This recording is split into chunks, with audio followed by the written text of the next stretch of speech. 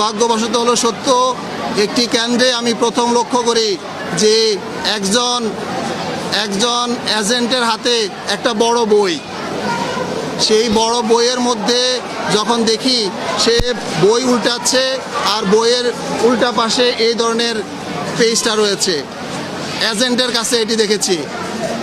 এবং এটি দেখার পরপরই যখন আমি রিটার্নিং কর্মকর্তার সাথে কথা বললাম, অন্যান্যদের সাথে কথা বললাম, তারা বলছেন এরা এগুলো নিয়ে এসছে এবং আমরা সেটা জব্দ করেছি।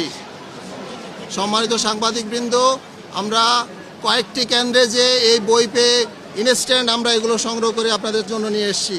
কেন্দ্র থেকে এখানে এগুলো নিয়ে আসছি আপনাদের জন্য। দেখেন, আমি বলছি এটা কোন প্যানেল করেছে, কারা করেছে বিষয়টা তা নয়। এটি দেখেন, বিষয়টি হচ্ছে আমাদের এখানে আইডি কার্ড রয়েছে, বিশ্ববিদ্যালয়ের যে আইডি কার্ড, সে আইডি কার্ড রয়েছে ঠিক উল্টা পাশে একটি প্যানেলের নাম সহ পরিচিতি। এখানে আমি দুইটা বিষয় চাই। তো এই লিস্টটা বিশ্ববিদ্যালয় প্রশাসনের কাছ থেকে বা নির্বাচন কমিশনের কাছ থেকে কিভাবে এই সংশ্লিষ্ট প্রার্থীদের কাছে গেল এবং সংশ্লিষ্ট প্রার্থীদের কাছে যাওয়ার পরে তারা এই লিস্ট করে কেন্দ্রে ঢুকিয়ে দিয়েছে। এটি আমি মনে করি আমরা শিক্ষকরা এত কষ্ট করে একটি নির্বাচনের আয়োজন করার জন্য কাজ করেছি, শিক্ষার্থীরা দিনের পর দিন আন্দোলন সংগ্রাম করে একটা নির্বাচন করার জন্য কাজ করেছে। সেই জায়গায় কেন্দ্রের মধ্যে এই ধরনের ব্যালট, এই ধরনের সিট যাওয়া, এটা কোনোভাবেই কাম্য নয়। আমরা সাথে সাথেই এর প্রতিবাদে নির্বাচন কমিশনের প্রধানের সাথে দেখা করেছি, তাদেরকে বলেছি ইমিডিয়েট অ্যাকশন গ্রহণ করেন এবং সকল কেন্দ্র থেকে এগুলো সংগ্রহ করে আপনারা নিয়ে আসার ব্যবস্থা করেন এবং যারা এর সাথে জড়িত, যারা এই লিস্ট সরবরাহ করেছে তাদের ব্যাপারেও অ্যাকশন গ্রহণ করতে হবে। সম্মানিত সাংবাদিকবৃন্দ, আমরা চাই একটি শান্তিপূর্ণ নির্বাচন অনুষ্ঠিত হোক। বিশ্ববিদ্যালয় শিক্ষার্থীদের দীর্ঘ প্রতীক্ষিত সেই নির্বাচন আজকে অনুষ্ঠিত হচ্ছে। আমরা এই নির্বাচনকে শান্তিপূর্ণভাবে সকলের অংশগ্রহণের মধ্যে দিয়ে নিশ্চিত করার জন্য আমরা বলছি। আমরা সর্বশেষ একটা কথা বলবো, নির্বাচন আরও কয়েক ঘন্টা চলবে। বিশ্ববিদ্যালয়ের শিক্ষার্থীরা যাতে কোনো ধরনের প্রভাবে প্রভাবিত না হয়ে তাদের ন্যায্য অধিকার, ন্যায্য ভোট তারা দিতে পারে, আপনাদের সাংবাদিকবৃন্দের কাছে আমরা সেই প্রত্যাশা করি।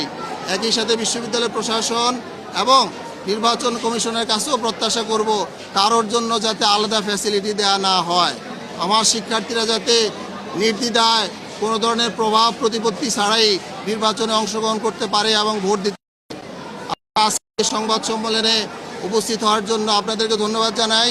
আমরা নির্বাচন শেষ হওয়ার পরে আবার আমাদের মতামত জানাবো।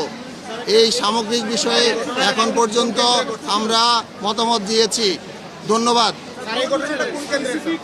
আমি সাজিদ ভবনের কয়েকটি কেন্দ্রে এটি পেয়েছি, কেন্দ্রের নাম আমি বলবো না আপনাদের।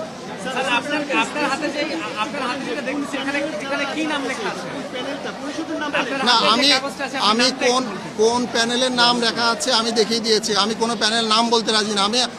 আমি শিক্ষক। আমার কথা হচ্ছে না, আপনি দেখে নেন, আপনি দেখে নেন।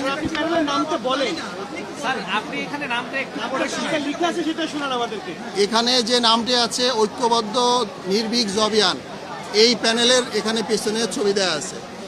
দ্বিতীয় প্রশ্ন, এই অবস্থায় আপনারা যেই নতুন উদ্ধার করলেন, এই অবস্থায় সুষ্ঠু নির্বাচন নিয়ে শঙ্কা প্রকাশ করবেন কিনা?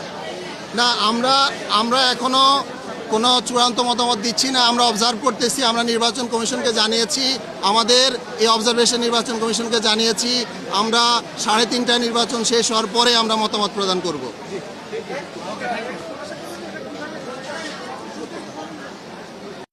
এটি কীভাবে ভোট কেন্দ্রকে ভোটারকে প্রভাবিত করতে পারে, আমি মনে করি সাংবাদিকরা সবাই এটা জানার কথা। ভোট কেন্দ্রে একজন প্রার্থীর এরকম প্যানেল সহ বসে থাকা এবং সেটা নিয়ে কাজ করা, দেখানো, এটা কিভাবে প্রভাবিত করবে আমার এখানে উত্তর দেওয়ার কিছু নাই।